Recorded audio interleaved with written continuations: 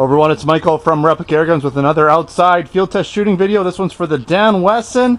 This is the 715 all metal. This is the, I guess, the nickel or plated version, and it's BB as well. So this is steel BB, not pellet. They come in a variety of different models. This is basically a 6-inch barrel in steel BB, again, CO2 powered. So we're gonna put 6 rounds, since we have 6 shells in here, through the chronograph. I know it's been temperamental. We're gonna try shooting a little higher. I had a recommendation from a few people to shoot a little higher. Maybe I'm shooting too low. So I'm going to shoot in the middle and see if I get better chrono readings. Potentially it's been user error or partially user error. It hasn't been the most reliable over time. A lot of you know that. But let's see if we can get some readings today and make this happen. Of course, I will step back after the chronograph shooting and go 30 feet back and shoot on the paper target to see what kind of accuracy we get. I don't have a tabletop video for this gun yet. It's nice right now. I think according to my Apple Watch, what are we at? We are at, if I can get there, 17 degrees, and that's Celsius. So that's pretty nice. You know, 20 degrees is kind of like room temperature, so we're just a little bit under, but the sun's out, so it's not too bad here at all. All right, let's step back. Okay, we got everything in focus. We're going to take it off safe, and we're going to pop a few rounds through here. Again, I'm going to shoot a little higher. See if we can get better results. Of course not. All right.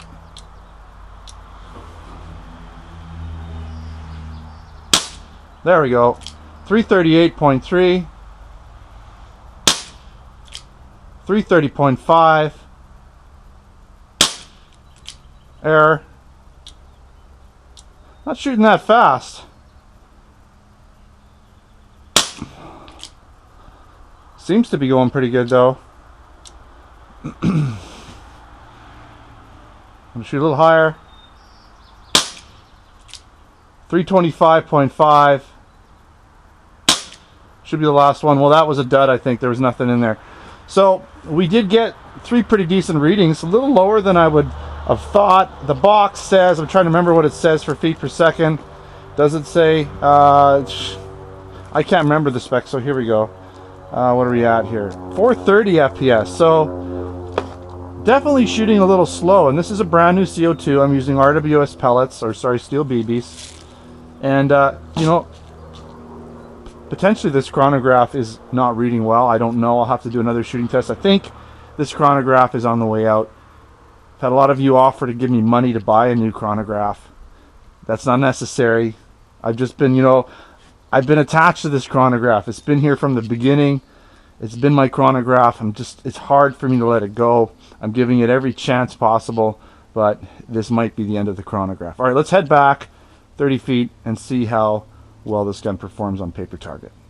All right, we're all set up 30 feet back. I'm actually doing this target test for a second time. When you've got 4 cameras rolling, sometimes you forget to turn one on. And the one I'm looking at right now is the culprit. You didn't turn on. Anyways, so we're gonna do this again.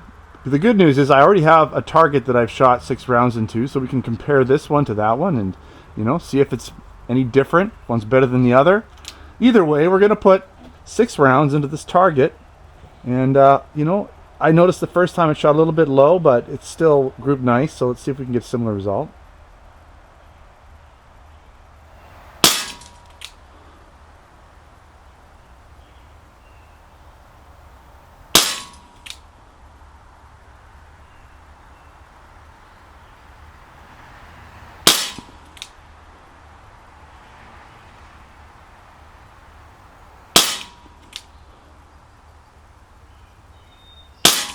That one went a little quicker than I thought.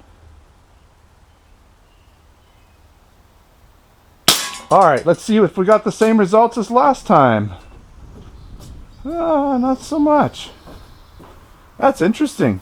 So, what exactly happened? One, looks like 2 went in there, 2.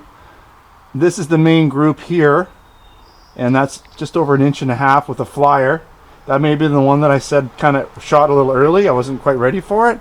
I'm going to show you the other target just because it's so much better. Why is that? I don't know.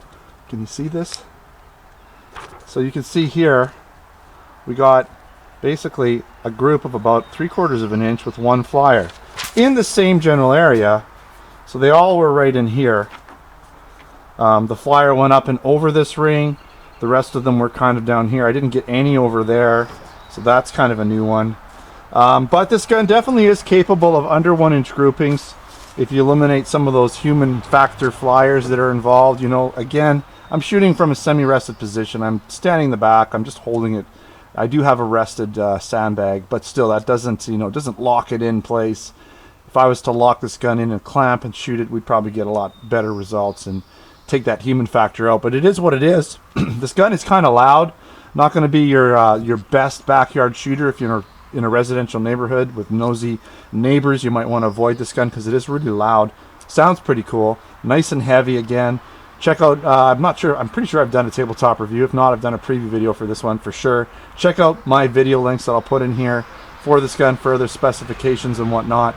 But, you know, nice gun, nice trigger, nice weight, very realistic. I love the shell loading revolvers, as you know. That's pretty much it for this gun for today. Thanks for watching another Replica Airguns video. Don't forget to subscribe. Check me out on Facebook and Twitter. Username is Replica Airguns. Come on down to ReplicaAirguns.com where I have articles, post reviews, additional photos. I take nice photos of these guns for you guys to look at. Of course, we have our Canada and US online Replica Airgun stores where we sell air guns, BB guns, airsoft guns, pellet guns, knives, and other accessories. Until next time, take care.